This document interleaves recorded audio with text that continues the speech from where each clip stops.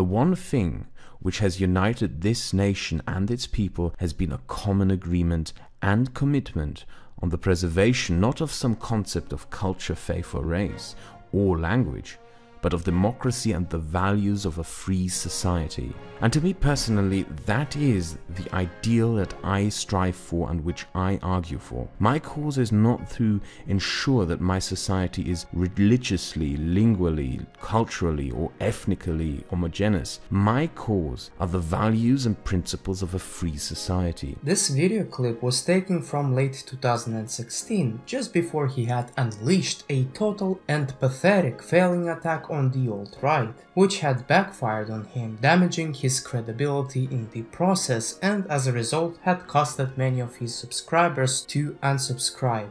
But since then, he had recovered by refocusing his political content from slandering the alt-right to producing lengthy videos about a certain historical period, looking at it using liberal lenses, which consist of series of assumptions and rejecting everything that contradicts those assumptions, and even in some cases straight up lying, not picking and relying on myths and disinformation in order to build his narrative that can be best summarized as state bad, personal freedom and liberal democracies, and subsequently the will of the people good, except when it goes against his worldview, and in that case he will resort to slandering, doxing and getting people fired from their jobs because they happen to believe that there might be some merit to IQ. Which is pretty anti-egalitarian of him to do, and although Kraut is a large asshole, he likes to view himself as a egalitarian because it is the socially approved behavior, so pretty hypocritical there. And to better understand this hypocrisy of his and many other liberals, I should direct you to a pretty good video made by the Distributist,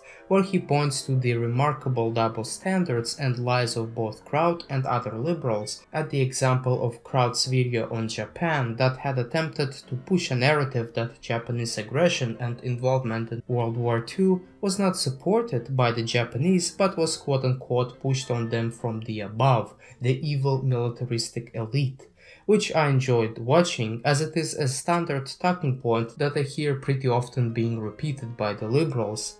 And that is the people's democratic will only exists when they support liberalism, but when the people support something else, then it's a dictatorship. But enough of rambling. If you wish to learn more about the story of Kraut's pathetic attack on the alt-right that had resulted in massive doxing and misrepresentation of the alt-right's talking points, in which he literally claimed that the alt-right thinks that black people lay eggs or something, instead of actually debating them and not running away from them, pissing his pants in the process and losing like a third of his subscribers. And if you'd like to learn more about that, you can watch a series of videos made by Michelle Caitlin documenting precisely that. But in any event, that was in the past, and he has now successfully rebranded himself as a man that is on the liberal left by deleting his old anti-SJW videos, for which he is very sorry for. Yeah. Do you know what I did throughout most of 2019, you obese little twat? Yeah, because you were in my DMs complaining. Fucking year. I spent You were most in my of that DMs year asking for my help in rebranding your image. Twat. I spent most of that time reflecting, and I reached out to the people who I've hurt. I spent a fucking year doing that. Okay. I reached out to the people who I have hurt. I reflected on the years that I spent. Dude, in the I just have to say, even if I had fucked you over, I did so publicly. And now produces long video clips in which he selectively frames historical events, as I have mentioned, in such a way as to present a story that the state and conservatism is totally evil and that the antidote to that is egalitarian liberalism. And already he got a sizable audience from that, because those talking points are very popular and are always in demand, as people wish to hear the justifications for unreasonable behavior and the reassurance that they are right, not to mention to conform to the status quo without challenging it, and that is precisely what I'd like to talk about for today. The pathetic submission of one's great in quotation intellectual to the social pressures, in order to score some moral points and stay relevant and flexible. And I think in order to properly address this issue, one should understand what kind of a person Kraut is. That is a very narcissistic, virtually obsessed personality type that even puts a fake accent in order to sound smart. Point by point, you sound like Arch Warhammer right now, like you're doing the puffy British ramble. Like, let's just hold on. So that is how I speak, boy. I've watched your videos. I know how you talk. Anyway, and you've spoken to me, so you know how I talk. Yeah. Do you want? Should we like pull up the old video where you don't sound like a lunatic LARPer trying to sound like a British judge in a head wig? Like, why are you sounding like this? I'm just amusing myself. He's a person who takes any criticism so close to heart that he literally bans people who criticize him and ad hominemly attacks them in the process, and is totally okay with going after the freedom of his enemies, even though that's not technically what he's supposed to believe as a liberal. But hey, ideology comes second to power relations, and Kraut, just like any liberal, is willing to flip-flop at any moment when he feels like this will be the socially desired action, or an action that will bring to him some benefit, as that is how narcissists operate. They cannot survive without social adoration, and the proofs of that can be seen in his prideful mannerisms, uncontrollable vindictive anger towards his enemies, and swaying opinion to whatever is popular at a given moment. Right. So we're all grifters. So you're a grifter. Well, we can agree to disagree. Yes, we are all grifters. As in 2016, when he was a classical liberal, he was wishing for the deaths of Muslims, and in 2021, as a reformed classical liberal that is now a radical centrist or is on the left, whatever it is, I could not quite understand calling Shoe on Head's boyfriend a Nazi and accusing Vosh of anti-Semitism. Why should I trust your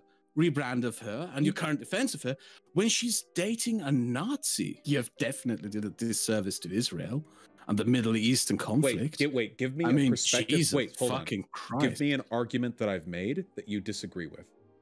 You said that Israel should be glassed. Yes. I mean, so, fucking hell. Hold on. The extermination of half the world's Jewish population. Hold on.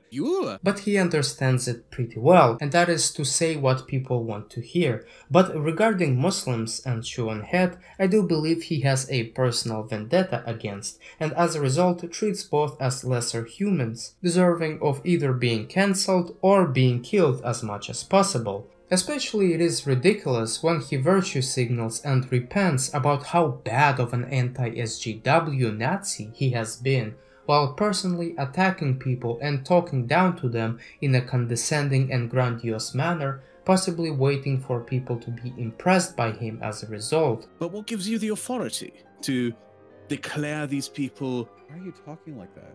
New people. But I'm not too... Because it's in the morning. I just talk with them.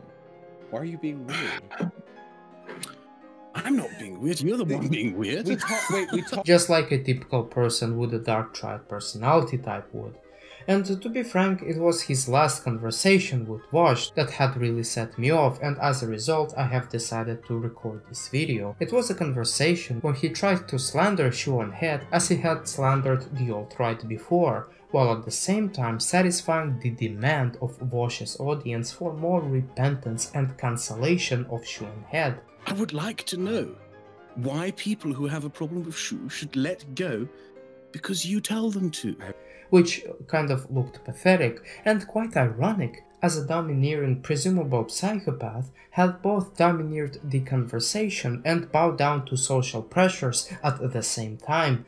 Because let's face it, he is not strong enough to deviate from beliefs that make him socially liked, and he probably does not think for himself but adopts whatever will bring him the most amount of virtue signaling, while accusing Shoe on Head of doing the same, which she also is guilty of, but it does not cancel the relativistic approach to political positions that he thinks will grant him the highest amount of social approval, whether it is a nuanced opinion on censorship and private companies doing whatever they want, at the same time selling the story of the man versus the state and oppression, whether it is egalitarian humanitarianism, but not for Muslims or people he labels the alt-right like Sean Head, whether it is about the allied war crimes he is fine with, whether it is about strong support for Israel despite being against ethno-states and thinking that preservation of culture is immoral, but morality, as we know, tends to be relative, and our popular morality says that it is moral in one case but is immoral in the other case,